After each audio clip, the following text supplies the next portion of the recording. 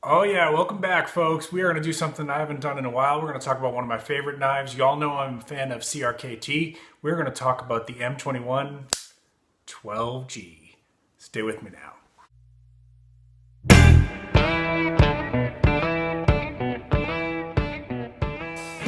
All right folks, when we talk about pocket knives, the two names that come to mind for me for the two best names for pocket knives in the modern day were Ken Onion and Kit Carson. Unfortunately, we lost Kit Carson a few years ago, but the knife I'm going to talk about today is one of his legacies that he left behind. This one is a real beauty. This is the M21. I'll get you a close up there. M21-12G, and those serrations there that you can see. Let me see if I can get right. Those serrations there, those are called VEF serrations. Let's talk all about this knife. This is one of my favorite pocket knives. This was my workhorse for years until I switched to the M16. Just because if you watch that video, I tell you why I switched. It's a little bit more sleek, a little bit more elegant.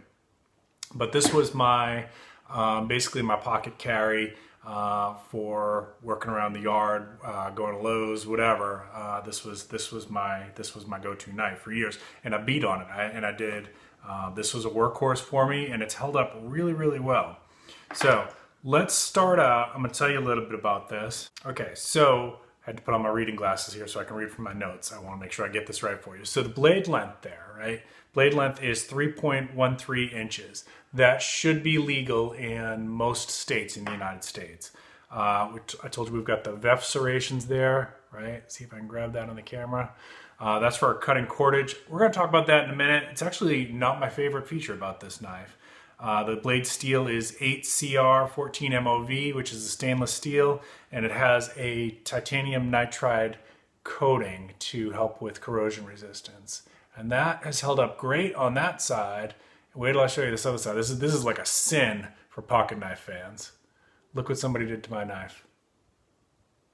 I did not do that. I had somebody who wanted to demonstrate to me their knife sharpener, and I stupidly handed over my knife so that they could practice with that, and they marred up the finish on it.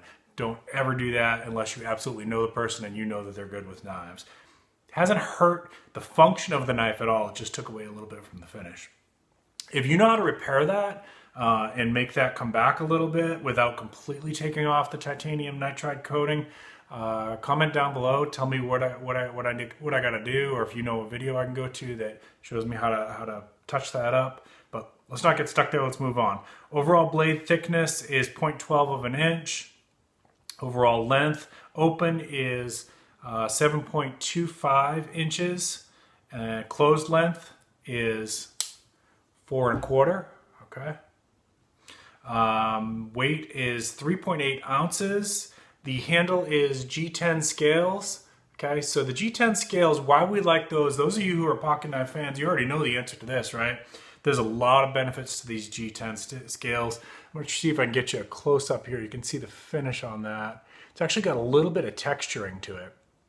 So it actually helps with grip even if it gets wet, which is great. And this is a good little knife to bring with you out fishing or whatever. But the G10 scales also, one of the benefits of that is it's actually a little bit of an insulator. So if you're working in super cold environments or in desert heat, it will not get real hot or real cold to the touch, which also makes it easier to work with. Very nice handles on this. And that texturing has also held up really well, surprisingly, given the amount of use that I've given this thing. So style, it's a folding knife with a liner lock. Let me show you that. This is one of the interesting things about this knife that some people are going to like and some people are not going to like. Me, I kind of like it. So, see that little red button there? Okay, some of the CRKT knives have that little extra safety feature, right? And what it is basically a double lock that prevents it from accidentally closing. I personally kind of like it, but some people don't because they want to be able to do the little one-hand flicky fold thing. Okay, you probably could figure out a way to do that with this, or you could fold it on your pants or whatever, but basically here's how it works. So you got it's an open blade right now. We're gonna turn that down, and then the liner lock, right, because it's a liner lock in there, you're going to have to slide that to the side, and then you can either close it on your pants, or I do two-handed. Some people like it, some people don't. The reason I like it is it actually makes it almost as tough as a fixed blade. So it's almost, and I'm never going to say never, right? But it would be really hard for this thing to accidentally close on my fingers. That's one of the big advantages of this knife versus the M16 that I show you with just the frame lock in one of my other review videos. Let's go on. So that's the locking mechanism, which is kind of a special feature of these ones here. The pocket is a deep carry pocket clip, and it is reversible. You can unscrew those and put that on the other side, so you can do a left hand pocket or right hand pocket. And mine is tipped down. That's how I carry it. You could do this tip up if you prefer that. Okay, if you reversed it and you carried it on your right hand side, you could do tip up. Okay. So let me show you some of the other features that I like about this one here. So it's got that flipper opening. This is one of my favorite features on the CRKT knives. And it's actually, this one's got a little bit of jimping on it. So it's got a little bit of texture just to make it a little bit easier. Now mine is kind of tight, so I have to throw a little bit of wrist action into it. But you can easily loosen this up and make it real, just so it's just a finger flick. So if you can see, I got to throw a little bit of wrist into it, no problem at all. But now that finger guard, that flipper switch is actually now a little bit of a finger guard. So if you're working and it got wet, you got a little bit of protection to help it prevent your fingers from sliding down the knife. That's a nice feature, right? Then on the back, this is one of the other things I like about this one here. See if the camera will grab that. Lighting just doesn't, there we go. See that jimping there? So that is, if you're doing more intricate work, you can put your thumb on there for a little bit more texture and grip and do some carving or whatever. This is pretty decent steel, the 8CR14 MOV. It's mostly stainless steel, so if you know a little bit about blades, the carbon is going to hold an edge a little bit longer, of course, but the carbon is going to be a little bit more susceptible to corrosion and needs a little bit more maintenance to prevent that. So you always have a trade-off when you're designing knife steel. So this one does need occasional touch-ups. I'm going to show you real quick how I do those. So remember, I didn't do that marring of the finish. Get yourself one of these guys, right? So this is for the VEF serrations. This is one of those little pen sharpening stones, and this actually can reverse. And I'll see if I can find this on Amazon and put a link in the description for you. So you can reverse that, and you can do the square and rounded side for sharpening. And you can reverse it again. Basically, it comes in and out there. And then you can do the pointed sharpening, right? So all I do to touch that up is we're going to go along on those VEF serrations, and we're just going to, I'm sorry, more like that.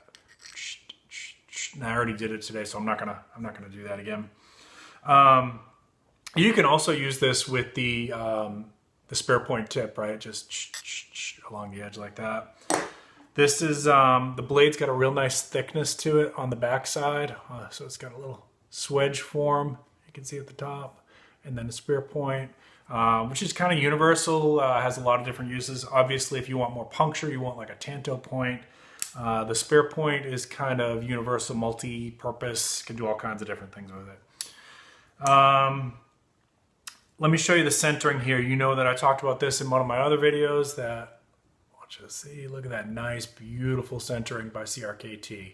When it's closed, it should be just about perfectly centered in the middle of that. And no jagged tip sticking out to accidentally cut you, right? These are some of the things that I look for in a pocket knife. So CRKT always does me right. If you find a bad CRKT knife, talk to them and they'll probably make it right for you. All right, let's talk about a couple more things with this. And okay, so I told you I was going to come back to the VEF serrations there. So I got some 550 paracord here with me. I just want to show you. This is supposed to, these VEF serrations are supposed to help with cutting cordage. I find for myself that spear tip blade is just as effective, but your mileage may vary. I'm not trying to knock on this or not. It was feature that I thought that I would like with this knife. And I honestly, when I'm cutting cordage, I use the spear point tip. I mean, not the spear point, the swedge blade there. So let me cut a couple pieces here. I'm going to try to show you what I mean. Okay. So, all right. So this is 550 paracord. All right. This is the swedge spear point blade. We're going to do a quick, easy cut here. All right. Easy. VEF serrations. And maybe I'm doing this wrong. If y'all have thoughts that I'm doing this wrong, please comment down below. And maybe with thicker rope, that comes in a little bit more handy, but basically you're... Okay, it does cut through it. You have to give it a little bit more sawing action.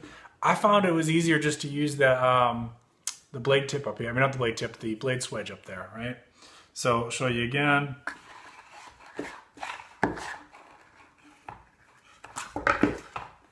Or actually, if you can catch that part right there, it seems to do really nice with cutting it. So here's one piece, right? I'm just using the blade part up here, right? Now I'm going to show you,